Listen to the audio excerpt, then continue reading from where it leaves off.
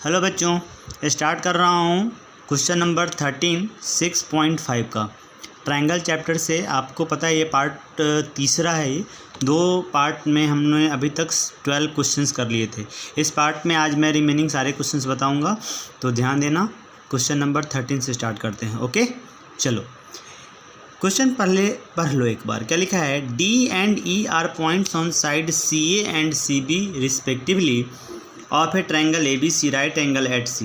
देखो मैंने यहाँ पे एक ट्रायंगल बनाया है जिसको मैं मान लेता हूँ कि ये राइट एंगल सी यहाँ पे है, तो ए सी बी मैंने ऐसे मान लिया, ठीक है। और इस पे दिया है कि डी किस पे है? सी ए पे है, तो डी यहाँ पे सी ए पे है। And E are points on C B, और सी बी पे हमारा ई पॉइंट्स है, ठीक है। तो क्वेश्चन को अगर एक बार पढ़ोगे तो ऐसा डायग्राम आपका आ जाएगा। Then we have to prove that A E square plus B D square equal to A B square plus D square. देखो मैंने बहुत बार क्वेश्चन में आपको बताया है कि जो हमारा प्रूफ करना होता है ना, वही हमारा हिंट होता है। तो यहाँ ए ई कैसे मिलेगा? देखो ए ई ये मिलेगा, रियल में मैंने पहले से ही ज्वाइन कर दिया है। ये जो पार्ट देख रहे हो ना, ये मैंने पहले से ज्वाइन करके रखा है, थोड़ा टाइम कम बचे। लेकिन आपके पास ट्रायंगल ए बी सी दिया था, सिर्फ ट्रायंगल ए बी सी था। तो देखो ए ई को देख करके मैंने ए ई को ज्वाइन कर दिया, बी डी को देख करके मैंने बी डी को ज्वाइन किया है, ए बी ऑलरेडी इसमें साइड ये हो जाएगा। और डी ई देखो, डी ई को देख करके मैंने डी ई को ज्वाइन किया है। अरे समझ रहे हो क्या? तो अगर इसमें स्क्वायर देख रहे हो, चैप्टर भी ट्रायंगल का है, पाइथागोरस थ्योरम तो लगेगा। तो थोड़ा दिमाग लगा करके लगाओ, कौन कौन सा ट्रायंगल चूज करोगे, कैसे ये रिजल्ट आएगा। तो मैं क्या करने वाला हूँ, मैं सबसे पहले एक काम करता हूँ। ट्रायंगल हम लोग ले लेते हैं, मान लो ए सी ई। ए सी ई क्यों लूँगा? क्योंकि इसमें ए ई आने वाला है। तो चलो स्टार्ट करते हैं। मैं यहाँ से लिखता हूँ, जो सॉल्यूशन है उसमें ध्यान दो। मैं लिख रहा हूँ applying Pythagoras theorem in triangle A C E. A C E को क्यों चूज़ किया? क्योंकि इसमें ये 90 डिग्री है, एंगल सी पे 90 डिग्री दिया हुआ है क्वेश्चन में। तो ये 90 डिग्री है, तो सामने वाला ए ई बनेगा क्या? हाइपोटेनस। तो क्या लिखोगे? ए ई का स्क्वायर। मैं किस ट्रायंगल की बात कर रहा हूँ बच्चों? मैं अभी इस ट्रायंगल में हूँ। मैं थोड़ा सा इसको सेट कर देता हूँ, इस तरह से समझो। मैं अभी ट्रायंगल ए सी ई में हूँ, है ना। धीरे धीरे मैं जब सेट करता चला जाऊँगा तो उसके हिसाब से ध्यान देना कि कहाँ कहाँ क्या कर रहा हूँ। तो सबसे पहले ए सी ई में चलो, क्या लिखोगे? ए E square is equal to ये वाला ए सी और इधर का सी ई। तो लिखो ए सी स्क्वायर अब प्लस सी ई स्क्वायर, ठीक है। इसको इक्वेशन 1 मान लेते हैं। अब मुझे बी डी दिख रहा है, बी डी कैसे मिलेगा? तो बी डी के लिए मुझे ये जान लेना पड़ेगा या नहीं। तो हम लोग इसके लिए कौन सा ट्रायंगल चूज करेंगे? B C D. Same line लिखो यहाँ पे, applying Pythagoras theorem in triangle B C D. Triangle B C D क्या लिखोगे? इस बार देखो 90 के सामने हाइपोटेनस क्या है? B D. एक साइड बनेगा इधर का डी सी और इधर का बी सी। तो लिखो B D square equal to B, इधर का सी डी आ जाएगा, सी डी स्क्वायर अब प्लस इधर का बी सी आ जाएगा, बी सी स्क्वायर। इसको इक्वेशन नंबर 2 मान लेते हैं। अच्छा बताओ, इधर है ए ई स्क्वायर, इधर है बी डी स्क्वायर। यहाँ है ए ई स्क्वायर, यहाँ है बी डी स्क्वायर। तो ये प्लस कर देंगे तो हमारा काम हो जाएगा। तो मैं क्या कर रहा हूँ, इक्वेशन 1 और 2 को ऐड कर दे रहा हूँ। अरे समझ रहे हो? तो क्या लिख सकते हैं हम लोग यहाँ पे? Adding equation 1 and 2 we obtain. हमें क्या मिलेगा बताओ, बताते रहो। क्या होगा? A E square plus B D square is equal to, इधर से क्या हो जाएगा? A C square plus C E square plus, देखो इधर का दोनों लेफ्ट में ऐड हो गया और इधर का राइट का ये दोनों और ये दोनों यहाँ ऐड होगा। तो सी ए सी और सी तो लिख दिया मैंने। अब क्या लिखूँगा? C D square plus B C square. यहाँ तक तो समझ गए होंगे सब लोग, कोई किसी को इसमें डाउट यहाँ तक नहीं होना चाहिए। क्योंकि ये जो हमने लिखा है इसको एक काम करते हैं, अब हम लोग इसको यहाँ पे छोड़ देते हैं, ठीक है, 1 मिनट के लिए यहाँ पे छोड़ देते हैं और इसको इक्वेशन नंबर 3 मान लेते हैं, ठीक है। अब आप देखो ध्यान से, AEBD तो आ गया है आपको। अब इसको देखो AB² और D² लेना है, लेकिन यहाँ पे से ना कोई भी ABD नहीं है। लेकिन ध्यान देना, अगर AC² को हम लोग यहाँ से लेते हैं AC को, और इसके बाद यहाँ का BC ले लेते हैं, ठीक है, यहाँ से AC² चूज़ करते हैं और यहाँ से BC² चूज़ करते हैं। देखो AC और BC मिलकर क्या दे देगा, AB। तो इन दोनों के वजह से क्या आएगा, AB, जो देखो यहाँ पे दिख रहा है। और जो बचा हुआ है CE और CD, इसको जा कर के चेक करो, CE यहाँ पे है, CD यहाँ पे है, इन दोनों को ऐड करोगे तो क्या मिल जाएगा, D। अरे मिल जाएगा या नहीं मिल जाएगा। तो हम लोग क्या कर ले रहे हैं, हम लोग इन दोनों का भी पाइथागोरस से लिख देते हैं और लास्ट में इसको पुट कर देंगे। तो यहाँ से देखो लिख रहा हूँ मैं यहाँ पे, applying Pythagoras theorem in triangle, पहले CDE ले लेते हैं, ट्रायंगल DCE लिख देता हूँ, DCE क्या लिख सकते हैं। इस बार हम लोग जो पाइथागोरस लगाएंगे तो यहाँ से क्या होगा, CD² plus CE² is equal to क्या आ जाएगा बताओ, DE²। अरे आएगा कि नहीं आएगा, किसी को इसमें कोई डाउट नहीं होना चाहिए। या पहले आप DE लिख सकते थे, बात वही है। और ये जो CD प्लस C है ना, उसमें बाद में हम लोग पुट कर देंगे। तो ये CD² plus C² equal to DE² हुआ। इसको अब मान लो इक्वेशन नंबर 4 मान लेता हूँ। फिर से लिखो, applying Pythagoras theorem in triangle ABC।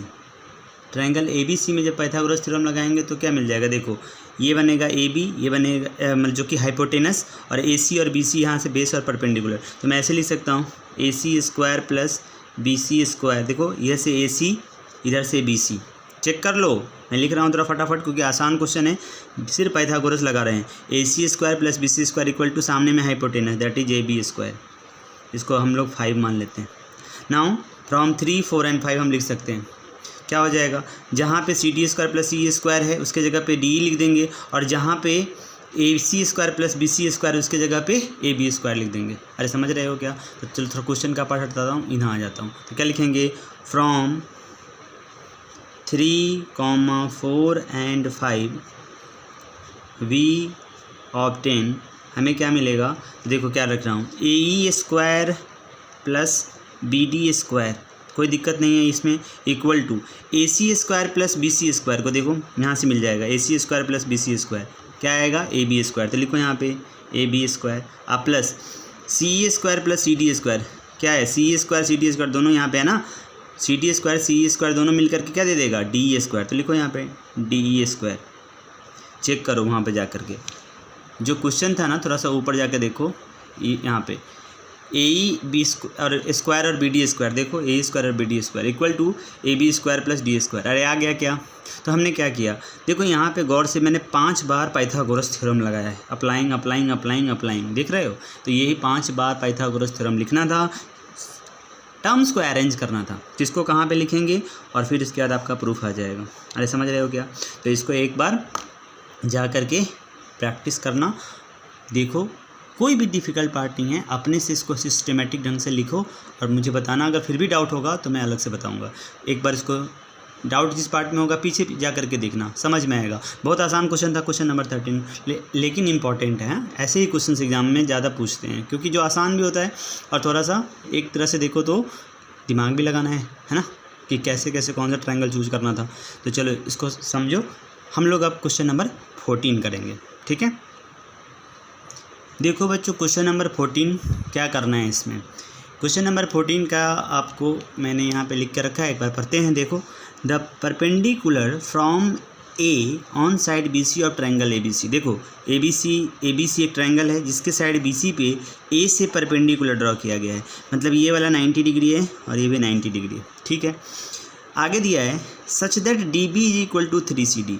ये जो DB आप देख रहे हो ना, ये DB, ये 3CD है, मतलब CD का ट्रिपल है।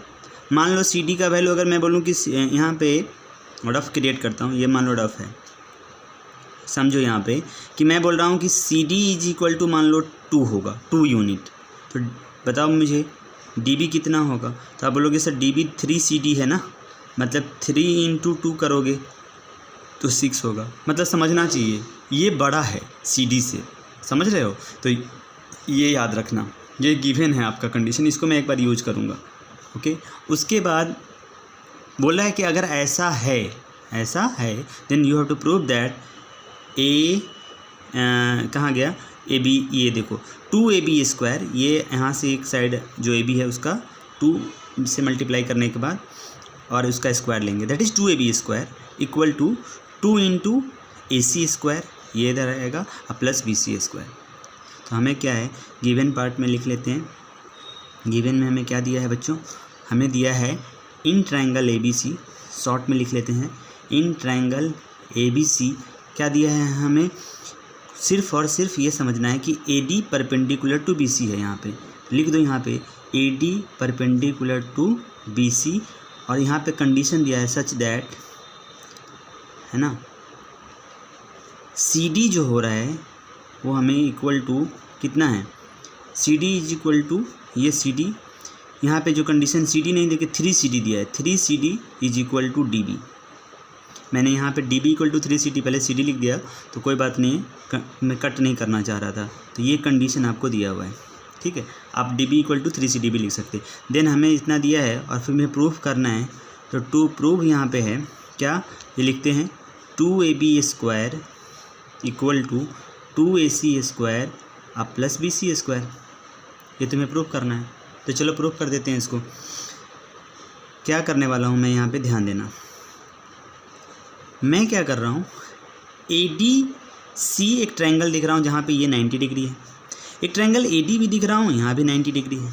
मुझे देखो प्रूफ में AB² चाहिए और AC² भी चाहिए, तो ये तभी आएगा जब ऑब्वियस सी बात है पाइथागोरस का स्टेटमेंट यूज कर लें तो उसमें ये मिल जाएगा हमें। फिर BC को कैसे लाना है हम देखेंगे, तो स्टार्ट करते हैं। लिखो in triangle ADC, in triangle ADC applying Pythagoras theorem, Pythagoras theorem we obtain, हमें क्या मिलेगा देखो 90 के सामने वाला क्या होता है, पहले मैं किस ट्रायंगल की बात करूँ बच्चों, इस वाले ट्रायंगल में। 90 के सामने वाला क्या होता है हाइपोटेनस, तो क्या हो जाएगा AC, लिखो AC² इक्वल टू ये बचा AD² अब प्लस नीचे का आएगा CD², इसको इक्वेशन 1 मान लो। जैसे इसको यूज किए हो वैसे ही अब जो रिमेनिंग पार्ट है ये वाला ट्रायंगल, इस वाले ट्रायंगल में पाइथागोरस लगाओ। लिखो in triangle ADB applying Pythagoras theorem we obtain, हमें क्या मिलेगा यहाँ पे चेक करो, इसके सामने है AB, तो लिखो hypotenuse AB² equal to AD² अब प्लस BD², इक्वेशन नंबर 2 इसको मानते हैं। देखो इतना तक तो सब लोग कर लेंगे कि यहाँ तक करना है क्या, इसमें समझ में आएगा कि हाँ ऐसा लगा सकते हैं, लेकिन ये रिलेशन कैसे लाएंगे। तो यहाँ पे AB² AC² जैसा कुछ तो मिला, ये 2 कैसे आएगा वो देखेंगे, और BC² कैसे आएगा, क्योंकि यहाँ पे CD है और यहाँ पे BD है, देख सकते हो, मतलब BC जैसा कुछ नहीं है। तो देखो यहाँ पे मैं क्या करने वाला हूँ समझो, यहाँ पे AD² इसमें दिख रहा है और AD² इसमें दिख रहा है, दोनों में AD² है, तो या तो इसमें से वैल्यू इसमें रखो या इससे इसमें लिखो। तो फ्रॉम इक्वेशन 1 AD² का निकाल के वैल्यू एंड BD इस इक्वेशन 2 में पुट कर देते हैं, तो कुछ तो आ जाएगा। अरे आएगा कि नहीं, तो चलो क्वेश्चन पार्ट को हटाते हैं। यहाँ से देखो मैं यहाँ लिखता हूँ फ्रॉम इक्वेशन 1 क्या हो जाएगा, देखो AC² minus CD² is equal to AD², मतलब ये AD² का वैल्यू मिल गया मुझे, तो ये हमने इक्वेशन 1 से मिल गया, तो ये हम लोगों को यहाँ पे याद रखेंगे कि ये हमें मिला है। नाउ इसको लिख सकते हैं put this value of AD square in equation number 2। तो क्या हो जाएगा, देखो वी गेट, हमें क्या मिलेगा, ये मिल जाएगा AB स्क्वायर इक्वल टू, देखो जहाँ AD स्क्वायर है उसकी जगह पे क्या लिख दो, AC square minus CD square अब प्लस BD स्क्वायर। चेक कर लो, 2 को AB स्क्वायर ऑलरेडी है इक्वल टू AD स्क्वायर की जगह पे मैंने लिख दिया AC square minus CD square अब प्लस BD स्क्वायर। यहाँ तक किसी को कोई डाउट नहीं होना चाहिए। बोलो कि सर AB AC तो ठीक है, CD और BD को कैसे हैंडल करें, तो यहाँ पे समझो, हम लोग यहाँ पे इसको ना इक्वेशन नंबर 3 लिख करके छोड़ देते हैं। यहाँ लिखता हूँ मैं, इट इज़ गिवन दैट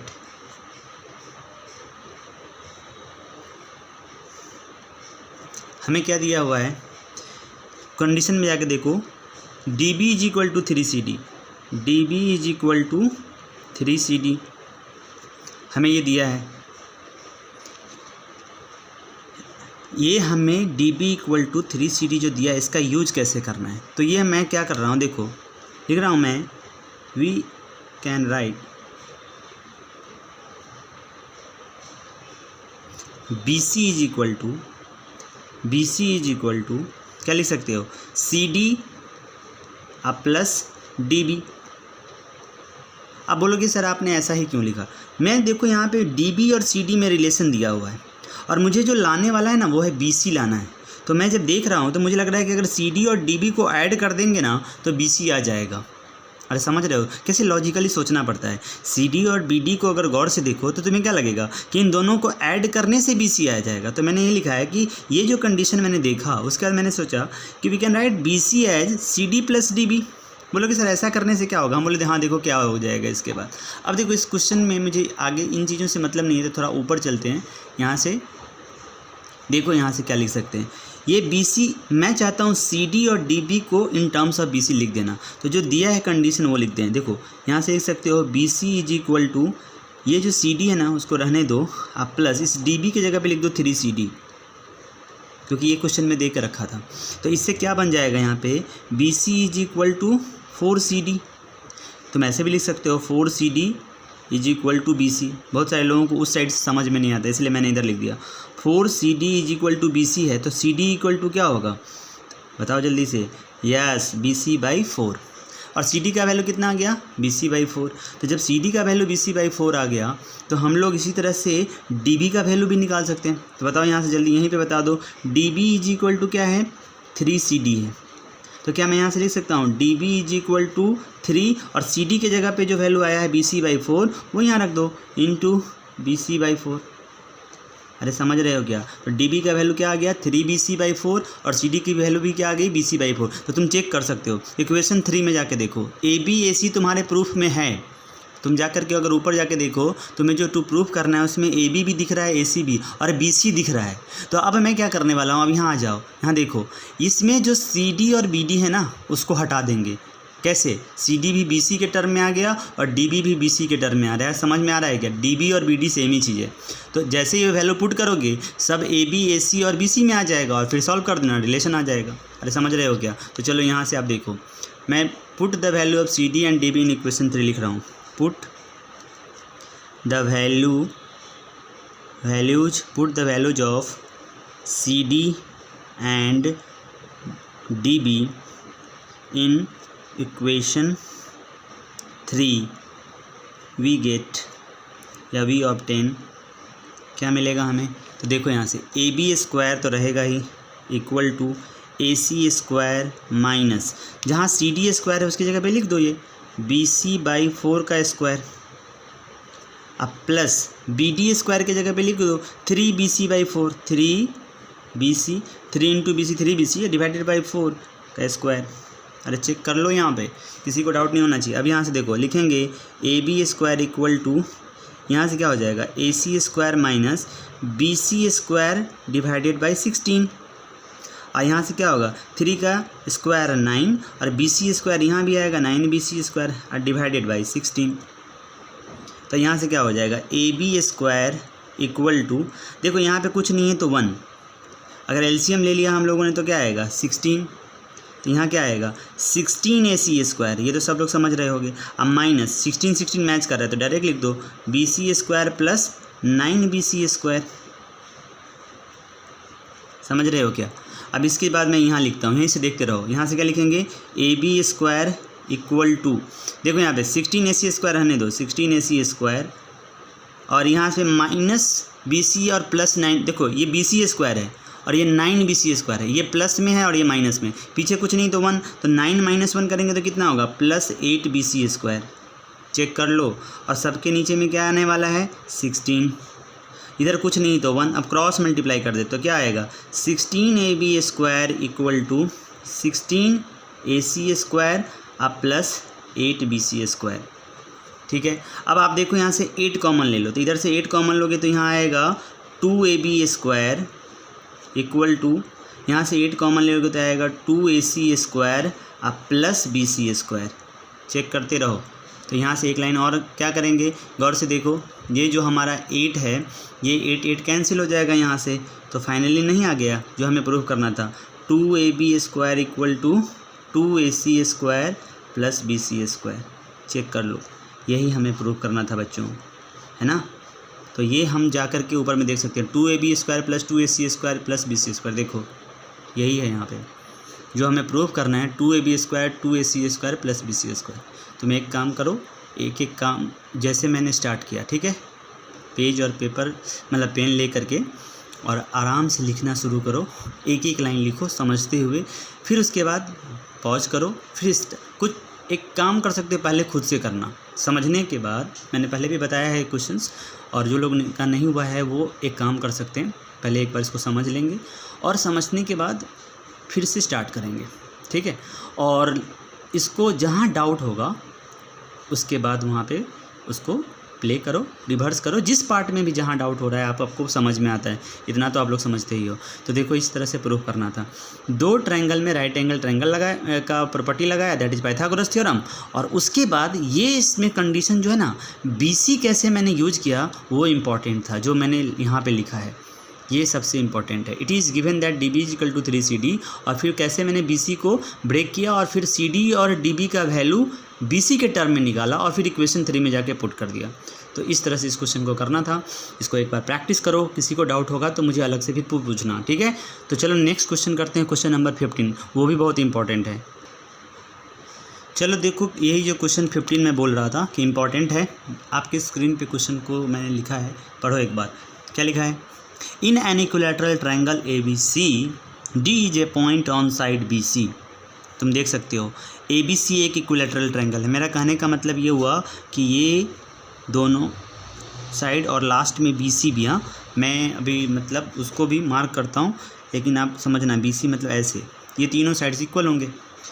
अब D BC के ऊपर में एक पॉइंट है, वो यहाँ पे है, मैंने लिया है, लेकिन कंडीशन दिया है such that BD is equal to 1/3 BC, मतलब BC का वैल्यू अगर 30 होगा तो BD का वैल्यू 10 होगा, BC का वैल्यू अगर 18 होगा तो BD का वैल्यू 6 होगा। अरे समझ रहे हो गया, BC का 1/3 है ये, तो ये समझ में आना चाहिए सबको पहले।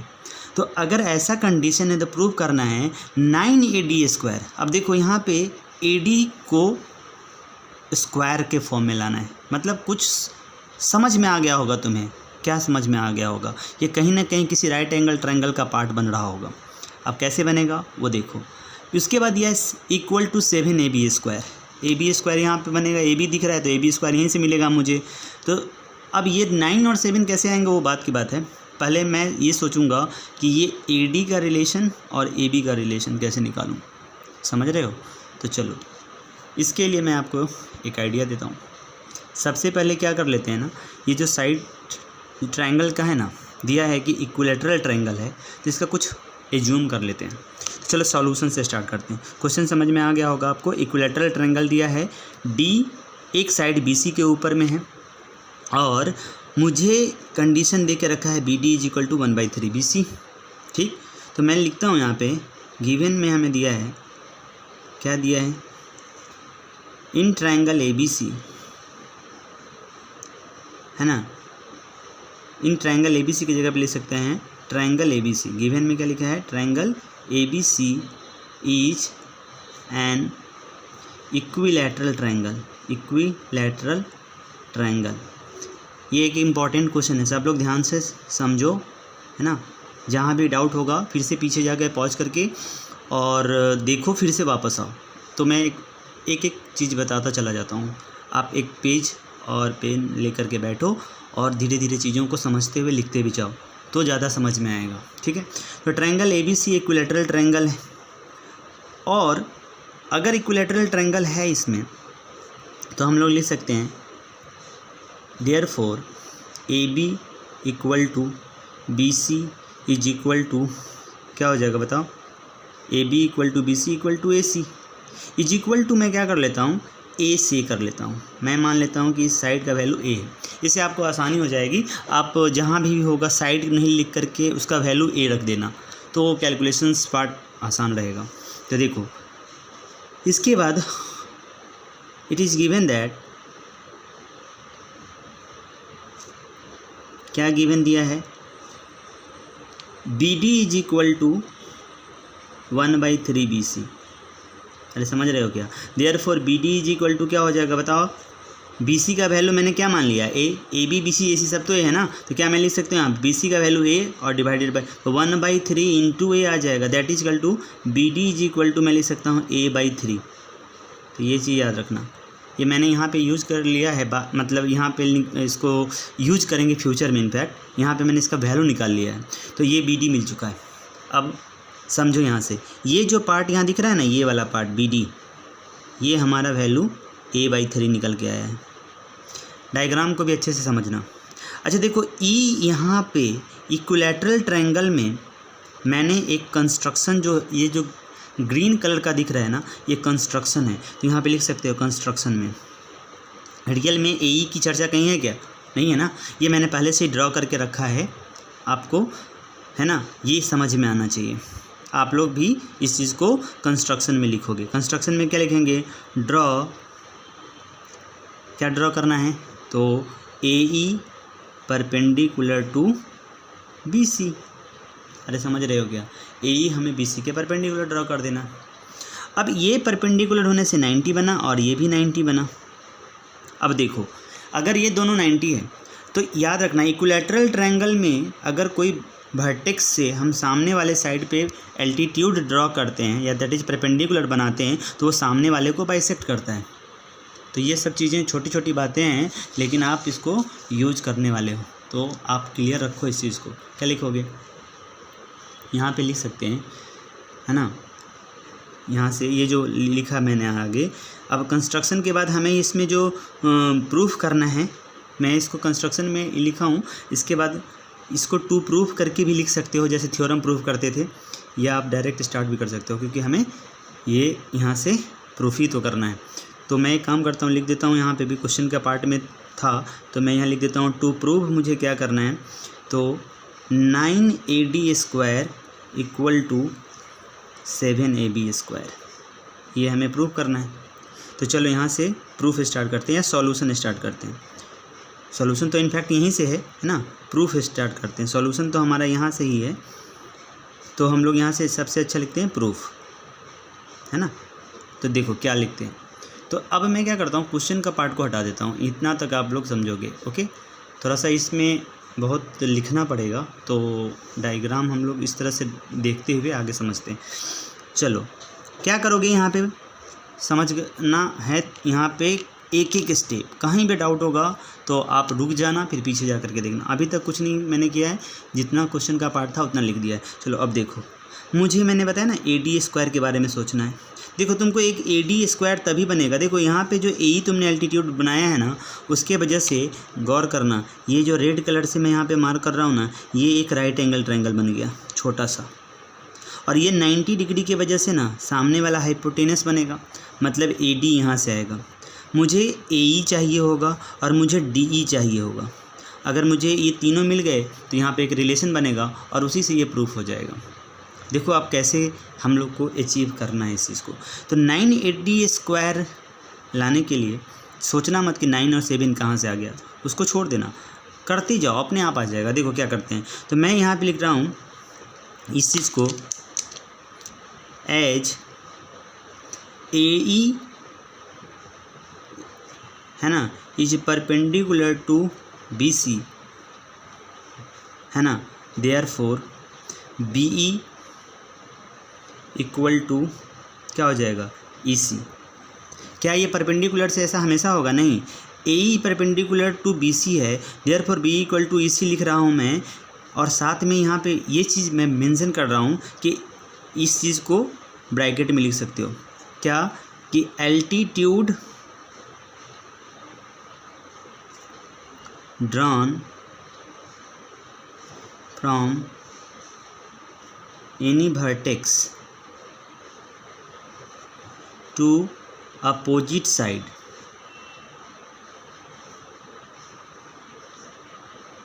in an equilateral triangle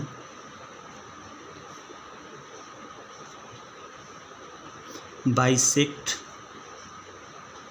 the side।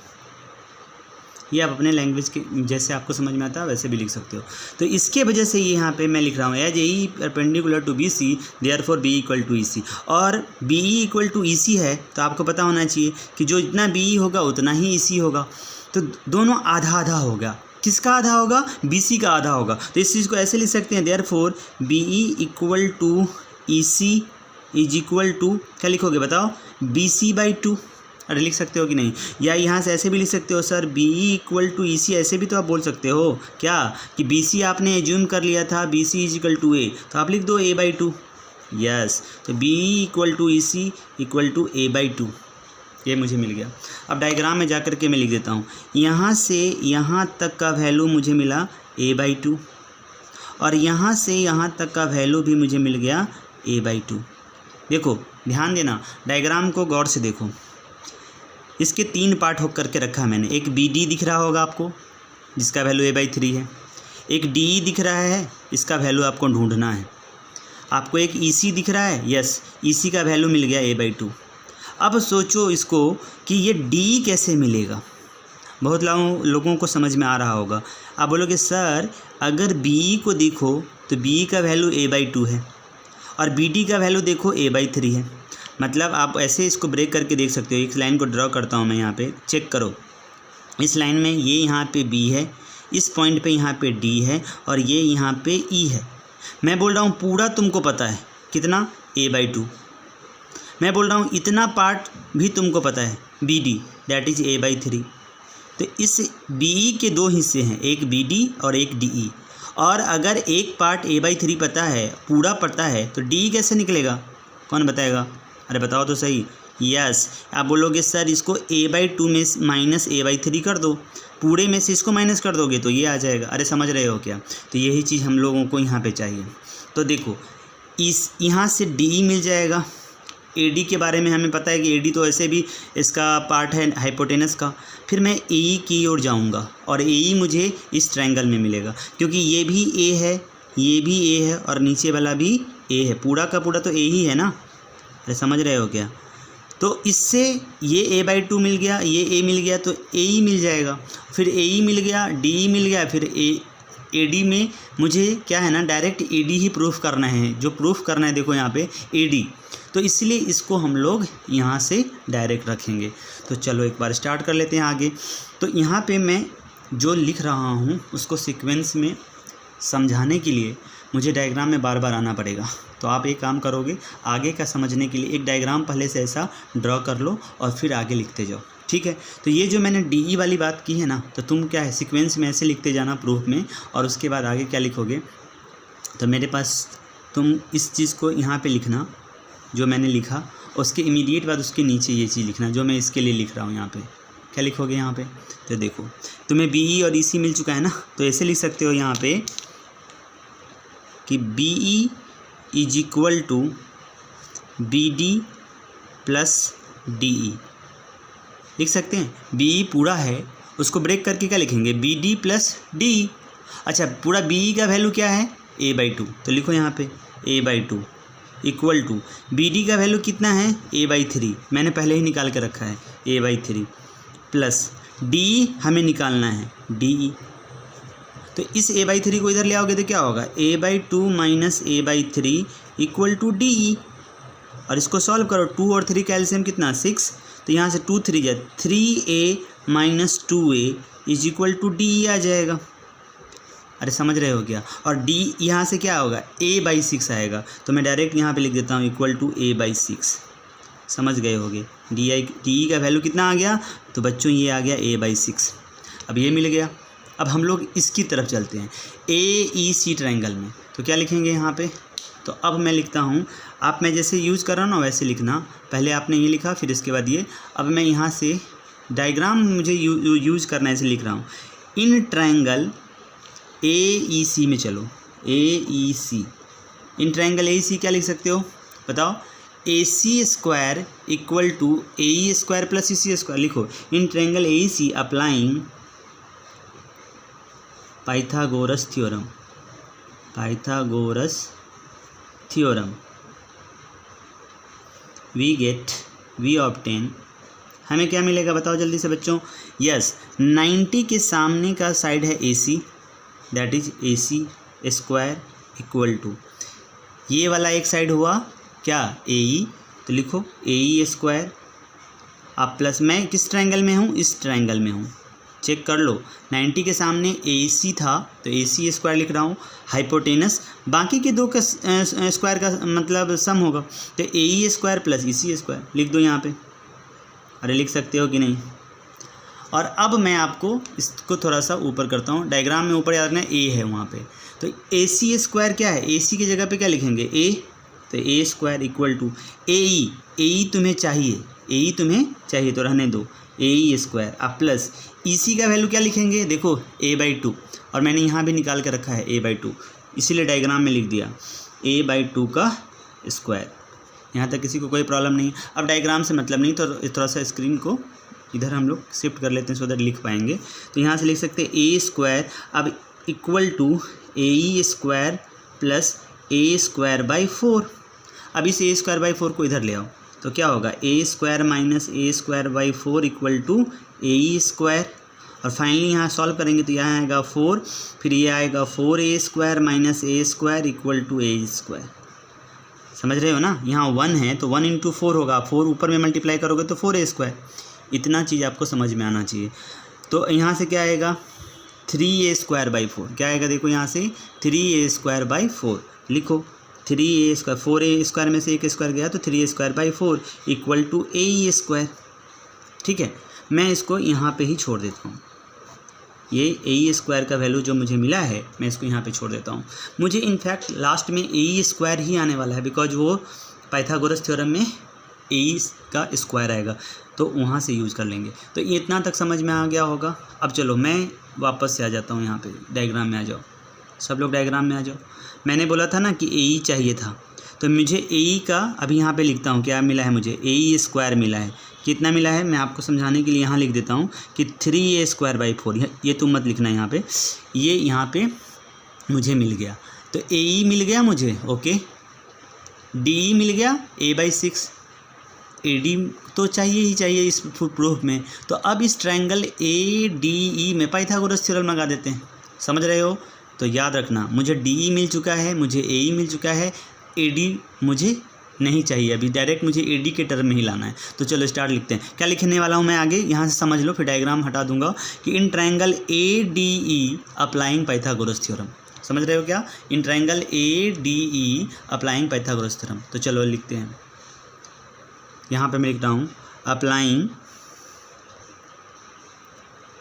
Pythagoras theorem, Pythagoras theorem in triangle ADE। आपको अभी ट्रायंगल दिख नहीं रहा होगा तो आप ट्रायंगल पहले से बना के रखोगे, मैंने पहले बताया है। वी ऑब्टेन, और मैं देखो कहीं कहीं भी लिख रहा हूँ, लेकिन तुमको समझ में आएगा कैसे कैसे सीक्वेंस में। पहले मैंने इधर से स्टार्ट किया, फिर यहाँ लिखा हूँ, फिर मेरे पास जितना स्पेस है मैं उसको यूटिलाइज करना चाहता हूँ। तुम एक सीक्वेंस में लिखते चले जाओगे। तो क्या लिखेंगे यहाँ पे? तो तुम डायग्राम देखो, जो तुमने अपना डायग्राम बनाया है, वहाँ पे AD तुम्हारा क्या होगा?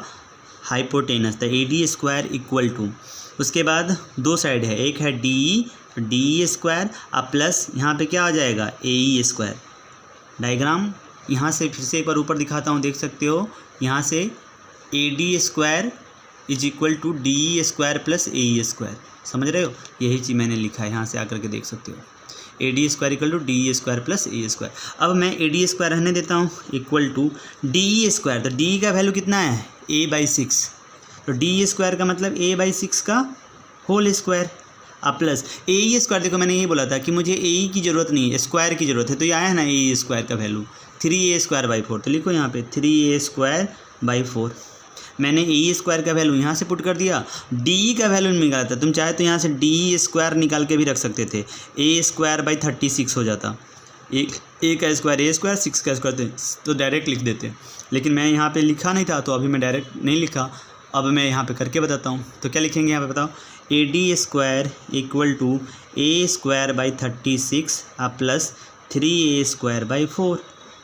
अब इसको सॉल्व कर लेते हैं। यहाँ पे एलसीएम आएगा 36, तो इधर से आएगा A D square equal to 36 match कर रहा है यस, तो ए स्क्वायर प्लस 4 9 जा 36, तो इधर 9 आएगा तो ऊपर में 3 से, तो यहाँ पे 9 3 जा 27 ए स्क्वायर। तो फाइनली क्या आ गया, A D square equal to 27 A square plus A square कितना होगा 28 A square divided by 36। Check कर लो, कोई दिक्कत नहीं। तुम यहाँ से क्रॉस मल्टीप्लाई कर सकते हो। तो मैं यहाँ लिखता हूँ this imply that 36 A D square equal to 28 A square. ठीक है, अब देखो यहाँ से कट कर सकते हो, 4 9 जा 36, अब 4 7 जा 28, तो आ गया ना 9 A D square equal to 7 A square.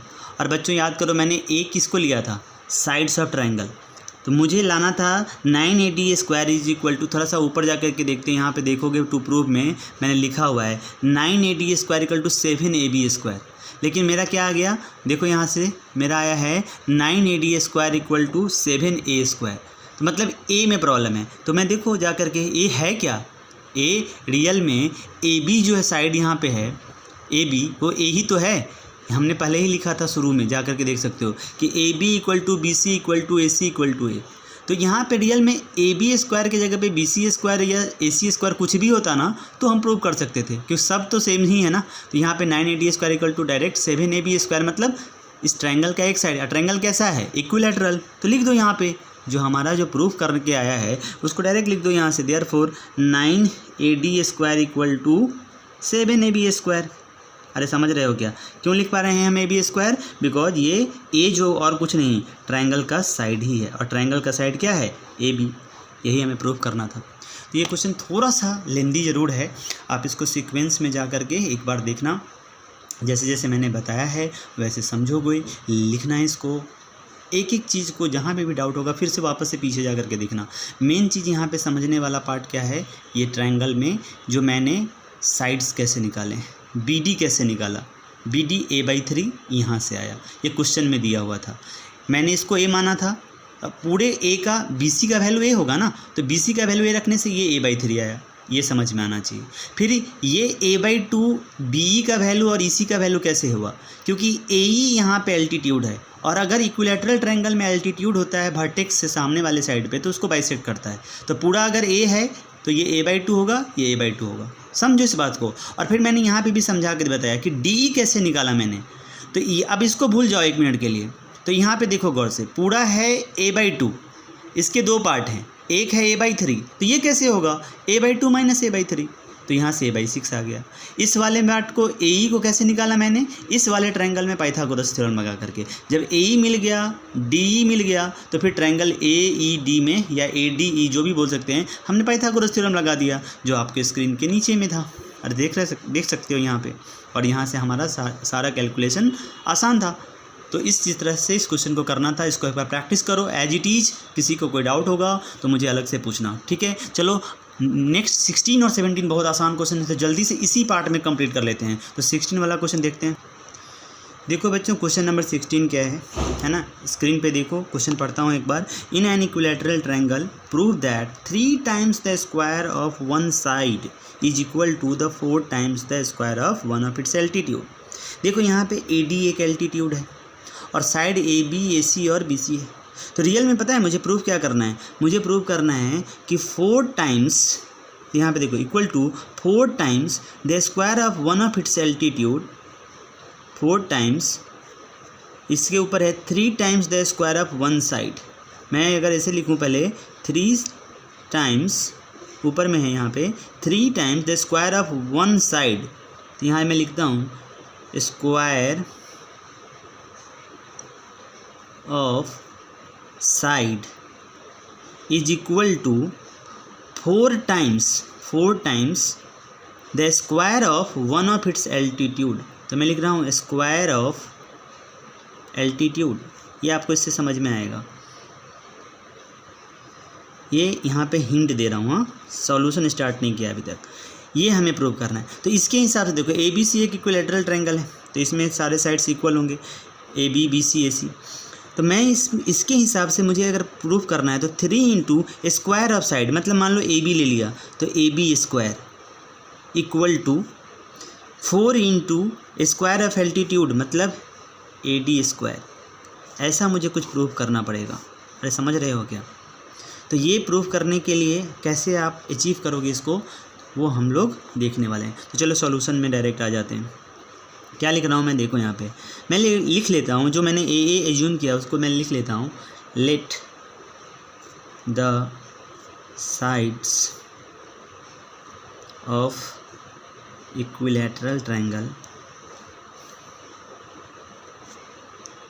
A B C B A, मैंने सबको ए मान लिया है ना, एंड यहाँ पे लिखता हूँ मैं and A D be the altitude मैंने उसको ए डी को मान लिया है। Side of equilateral triangle A B C B a and A D be the altitude. तो ये अगर मैंने ऐसा एज्यूम किया बच्चों, ठीक है, तो अब समझो इस चीज़ को कि इससे अब आगे कैसे जाएंगे। तो मैं क्या कर रहा हूँ कि अगर अभी मैंने जस्ट 16 से पहले 15 क्वेश्चंस में बताया था कि इक्विलैटरल ट्रायंगल का एल्टीट्यूड सामने वाले साइड को बाइसेक्ट करता है, तो क्या मैं लिख सकता हूँ कि यहाँ से therefore B D equal to D C is equal to क्या हो जाएगा बताओ, a/2 हो जाएगा। अरे होगा कि नहीं होगा, a/2 मतलब कि क्यों लिखा मैंने कि B C equal to D C equal क्या हो जाएगा, BC/2। या रियल में क्या होना चाहिए था, BC/2। मैंने डायरेक्ट BC का वैल्यू डाल दिया, BC का वैल्यू A है हमारे हिसाब से। और यहाँ रीजन आप जो है ना एज इट इज़ लिख देना, मैंने पीछे अभी रीजन लिखा है, ये आपको मैं लिखता हूँ लिखने के लिए। क्वेश्चन नंबर 15 में से जाके लिख सकते हो। क्या लिखोगे कि altitude drawn from any vertex to the है ना opposite side in an equilateral triangle bisect the side. अरे समझ रहे हो क्या? तो मैं यहाँ पे अब इस बार नहीं लिख रहा हूँ, सीधे लिख दे रहा हूँ, ये तुम लिखना। अब यहाँ से मुझे ये पता चल गया कि ये a/2 है, ये a/2 है। अब मैं क्या करूँगा, कोई भी ट्रायंगल तुम चूज कर सकते हो, मान लो ABD चूज करो या ADC। मैं ADC ले लेता हूँ, तुम ABD ले लेना, तुम्हारे ऊपर है। तो लिखो अप्लाइंग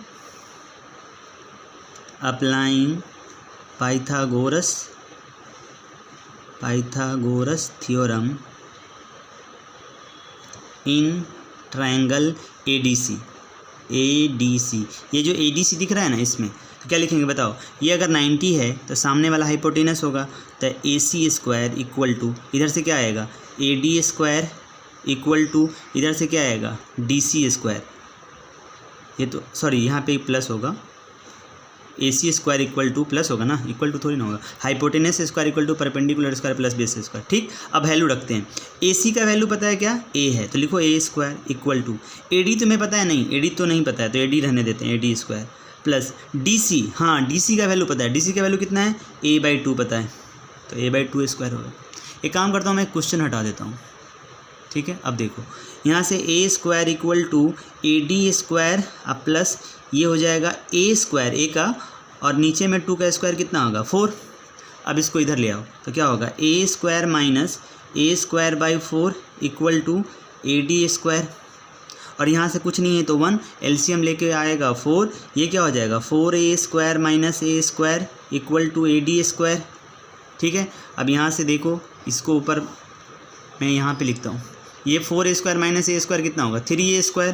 तो लिखो यहाँ पे 3A², तुम लोग नीचे ही लिखना, divided by 4 is equal to AD²। नीचे में 1 क्रॉस मल्टीप्लाई करो तो क्या होगा, 4AD² equal to 3A²। Check कर लो आया या नहीं आया। हमें जो प्रूफ करना था, देखो ये 3ab², रियल में 3ab का वैल्यू रखेंगे तो क्या आएगा, a² आएगा कि नहीं आएगा, इक्वल टू 4ad², यही आ गया ना। 3a² इधर लिखा है लेफ्ट में और 4ad² लिखा है राइट में जो यहाँ पे, तो तुम ये भी तो लिख सकते हो 3a² इक्वल टू 4ad²। अरे समझ रहे हो क्या, किसी को कोई डाउट, यही हमें लाना था। तो ये जो चीज़ हमने लिखा है, फिर हम यहाँ इसको ये भी चीज़ लिख सकते हैं, देयरफॉर 3 × स्क्वायर ऑफ, क्या लिख सकते हैं, side is equal to 4 × square of altitude. अरे बच्चों समझ गए क्या। तो ये क्वेश्चन बहुत ही आसान था, एज इट इज़ आप इसको एक बार देखोगे एक ही बार में आपको समझ में आ जाएगा। शुरू से समझो क्या किया हमने, सिर्फ और सिर्फ हम लोगों ने एक ही कंसेप्ट यूज़ किया है कि ये जो सामने में एल्टीट्यूड देख रहे हो AD, ये BC को बाइसेक्ट किया है, मैंने AA एज्यूम कर लिया था, तो ये a/2 और a/2 हो गया, और फिर इसमें पाइथागोरस कर दिया मैंने थ्योरम, और उसके बाद अपने आप वो रिजल्ट आ गया जो चाह रहा था। तो ये था क्वेश्चन नंबर 16। क्वेश्चन नंबर 17 अगर देखा जाए तो एक ऑब्जेक्टिव क्वेश्चन है, बट फिर भी मैं उसको आपको करके बताता हूँ। देखो क्वेश्चन नंबर 17 देखो 1 मार्क का क्वेश्चन होगा, ये ऑब्जेक्टिव क्वेश्चन है। लिखा है क्या, tick the correct answer and justify in triangle ABC, AB is equal to 6√3 centimetre, AC का वैल्यू दिया है 12 centimetre and BC equal to 6 centimetre. The angle B is what is the value of angle B। एक काम करता हूँ, मुझे पता है ये पाइथागोरस थ्योरम का चैप्टर जो हम लोग कर रहे हैं, ये वाला, ये तो पाइथागोरस ट्रायंगल का पार्ट है ना, तो उसमें ये चीज़ दिमाग में आ जाएगा कि कहीं ना कहीं पाइथागोरस लग तो नहीं रहा है। तो एक काम करता हूँ, मैं क्या करता हूँ, मान लो मैं इन जनरल शॉर्ट में, मुझे नहीं पता है, मैं इन जनरल अगर ट्रायंगल कैसा भी बना देता हूँ, इसको मैं मान लेता हूँ ABC, है ना, मुझे नहीं पता कैसा है, इसीलिए मैं एक रैंडम ट्रायंगल बना लेता हूँ। ठीक, इसको मान लिया मैंने A, इसको मैंने मान लिया B और इसको मान लिया C। तो आपको पूछा एंगल B का वैल्यू क्या होगा, ये वाला वैल्यू, और आपको साइड दिया है AB का वैल्यू दिया है 6√3, AC का वैल्यू दिया है 12 सेंटीमीटर, और यहाँ पे BC का वैल्यू दिया है 6 सेंटीमीटर। तो अगर आप यहाँ पे सोचो एक मिनट के लिए कि सारे साइड्स का स्क्वायर करके देखो क्या होता है। AB इज इक्वल टू, है ना, ये ऑब्जेक्टिव क्वेश्चन है इसलिए डायरेक्ट इसको लिख सकते हैं कि AB इक्वल टू 6√3 है, सेंटीमीटर है मान लो, तो मुझे AB स्क्वायर अगर करना पड़ा है तो क्या होगा, 6√3 का स्क्वायर हो जाएगा। मैं अभी यूनिट नहीं लिख रहा हूँ। AB square is equal to क्या होगा, 6√3 का स्क्वायर मतलब 6√3 × 6√3, तो क्या होगा, AB square is equal to 6 या 36, और 36 और √3 × √3 3 होगा, तो 36 × 3 कितना होता है, 108। जैसे मैंने AB निकाला यहाँ पे, इसी तरह से देखो यहाँ पे AC का वैल्यू दिया है, AC इज इक्वल टू क्या है, 12 सेंटीमीटर।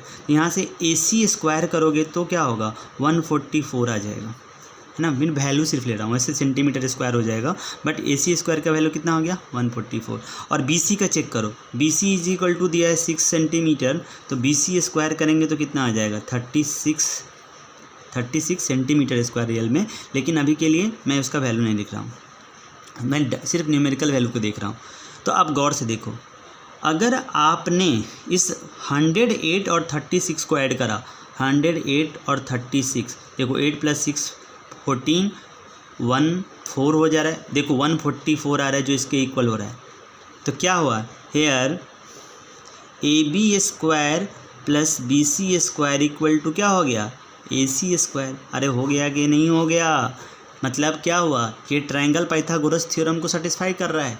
तो from converse of Pythagoras theorem, देखो ध्यान से, अगर किसी भी दो साइड का स्क्वायर का सम अगर तीसरे साइड के सम स्क्वायर के इक्वल होता है तो ये तीसरा साइड बड़ा साइड होता है, और इसके अपोजिट वाला एंगल 90 डिग्री होता है। तो AC यहाँ पे है, तो AC का अपोजिट एंगल B जो होगा यहाँ पे वो कितना होना चाहिए, 90 डिग्री। यहाँ ऑप्शन नंबर C होगा।